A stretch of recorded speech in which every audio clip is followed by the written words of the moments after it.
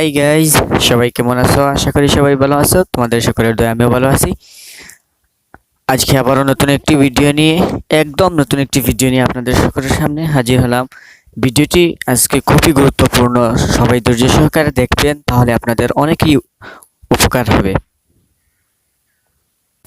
হোয়াটসঅ্যাপে কিন্তু নতুন কয়েকটি সেটিংস যুক্ত হয়েছে, যা আপনারা যদি দেখেন তাহলে অবাক হয়ে যাবেন।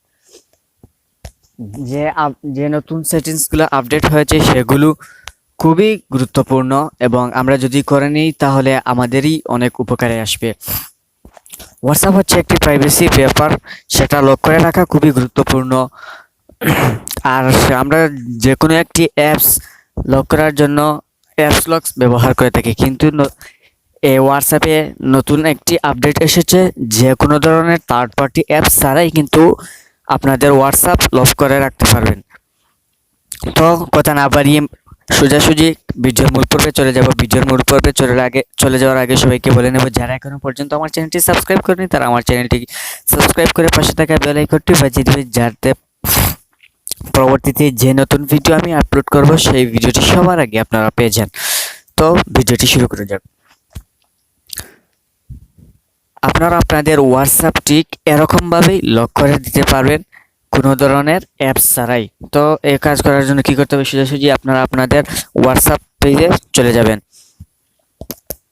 চলে যাওয়ার পর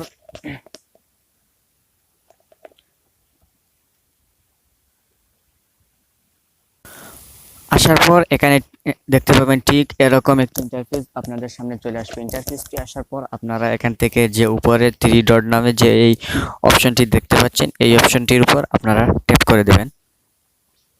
ট্যাপ করে দেওয়ার পর এখান থেকে যে এই সেটিংস নামে যে অপশনটি দেখতে পাচ্ছেন, এই সেটিংসের উপর আপনারা ট্যাপ করে দেবেন। ট্যাপ করে দেওয়ার পর আপনাদের সামনে ঠিক এরকম একটি ইন্টারফেস চলে আসবে। ইন্টারফেসটি আসার পর আপনারা এখান থেকে যে অ্যাকাউন্ট নামে যে অপশনটি দেখতে পাবেন, এই অ্যাকাউন্টের উপর আপনারা ট্যাপ করবেন। ট্যাপ করে দেওয়ার সাথে সাথে কিন্তু আপনাদের সামনে এরকম একটি ইন্টারফেস চলে আসবে। ইন্টারফেসটি আসার পর এখান থেকে যে এই প্রাইভেসি নামে যে অপশনটি দেখতে পাচ্ছেন, এই প্রাইভেসির উপর আপনারা ট্যাপ করবেন। প্রাইভেসিতে ক্লিক করার পর আপনাদের সামনে ঠিক এরকম একটি ইন্টারফেস চলে আসবে। ইন্টারফেসটি চলে আসার পর আপনারা নিচের দিকে একটু চলে আসবেন, একদম নিচে চলে আসবেন। এখানে আসার পর যে এখানে যে দেখতে পাচ্ছেন ফিঙ্গার লক নামে যে অপশনটি দেখতে পাচ্ছেন, এই ফিঙ্গার যে অপশনটি দেখতে পাচ্ছেন, এই ফিঙ্গার লকের উপর আপনারা ট্যাপ করবেন। ট্যাপ করে দেওয়ার সাথে সাথে আমার এখানে যেহেতু খোলা আছে সেই জন্য এই অপশনের মধ্যে আপনারা টিক মার্ক করে দেবেন। আপনাদের সামনে আমি আপনাদেরকে দেখিয়ে দিচ্ছি, এখানে ঠিক এরকম লেখা থাকবে আপনার আনলক উইথ ফিঙ্গারপ্রিন্ট। আপনাদের সামনে এরকম একটি ইন্টারফেস থাকবে।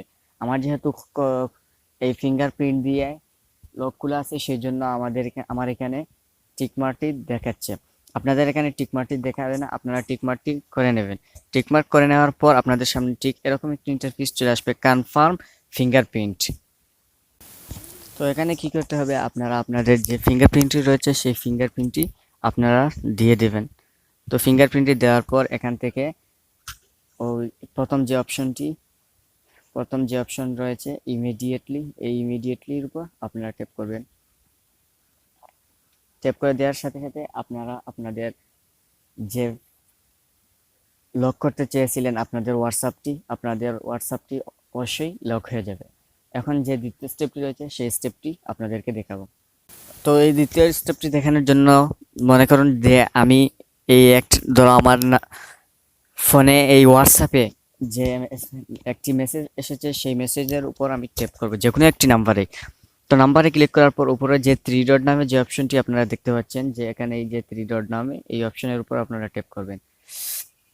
ট্যাপ করে দেওয়ার সাথে সাথে এখানে যে 3 ডট নামে অপশন ক্লিক করার পর এখান থেকে যে অপশনটি দেখতে পাবেন, এই যে অপশনটি দেখতে পাবেন, এই অপশনের উপর আপনারা ট্যাপ করে দেবেন। ট্যাপ করে দেওয়ার সাথে সাথে এখান থেকে অফ করা লেখা থাকবে। আপনারা 24 আওয়ার্স সিলেক্ট করতে পারেন বা 7 ডেজও সিলেক্ট করতে পারবেন এবং 19 ডেজও সিলেক্ট করতে পারবেন। এই এখানে সিলেক্ট করার পর কি হবে আর সিলেক্ট না করলে কি হবে সেটা আগে জেনে নিন। এখান থেকে যদি আপনি 24 ঘন্টা সিলেক্ট করে রাখেন, তাহলে আপনি যে চ্যাটগুলো যে নাম্বারে আপনি চ্যাট করবেন সেই নাম্বার থেকে 24 ঘন্টা পর অটোমেটিকলি এই চ্যাটগুলো ডিলিট হয়ে যাবে। তো এই অপশনটি আমার কাছে বেশি ভালো লেগেছে। এই অপশনটি আগে মেসেঞ্জারে ছিল, এখন নতুনভাবে হোয়াটসঅ্যাপে যুক্ত করে দিয়েছে।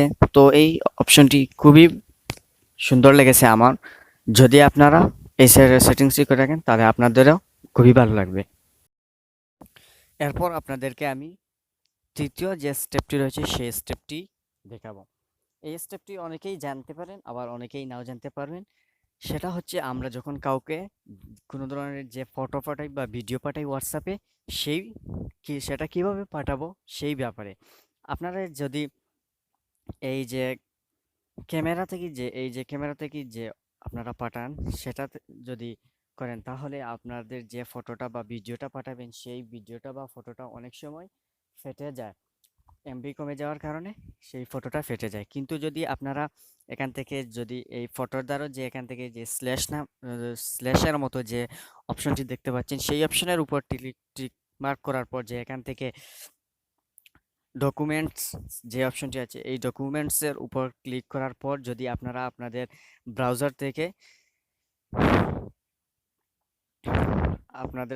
থেকে যদি ফটো সিলেক্ট করে নিতে চান, তাহলে এই ব্রাউজার থেকে ফটো সিলেক্ট করে দেওয়ার কারণে কি হবে, আপনাদের ফটোটা ফেটে যাবে না, আর ফটোটা খুব সুন্দরলি আপনার যাদের কাছে পাঠাতে চাচ্ছেন ফটোটি খুব সুন্দরই চলে যাবে। তো আজকের ভিডিওটি এই 3টি স্টেপের উপরই আমি বানিয়েছিলাম। যদি ভিডিওটি আপনাদের ভালো লেগে থাকে তাহলে মাস্টলি আমার ভিডিওতে একটি লাইক দেবেন এবং কমেন্টস বক্সে গিয়ে কমেন্টস করবেন এবং আমার চ্যানেলটি সাবস্ক্রাইব করে রাখবেন। ধন্যবাদ। আজকের ভিডিও এই পর্যন্তই থাক। পরবর্তীতে নতুন কোনো ভিডিওতে আপনাদের সকলের সাথে আবারও দেখা হবে। এর আগ পর্যন্ত আপনারা সবাই ভালো থাকবেন, সুস্থ থাকবেন। আল্লাহ হাফেজ।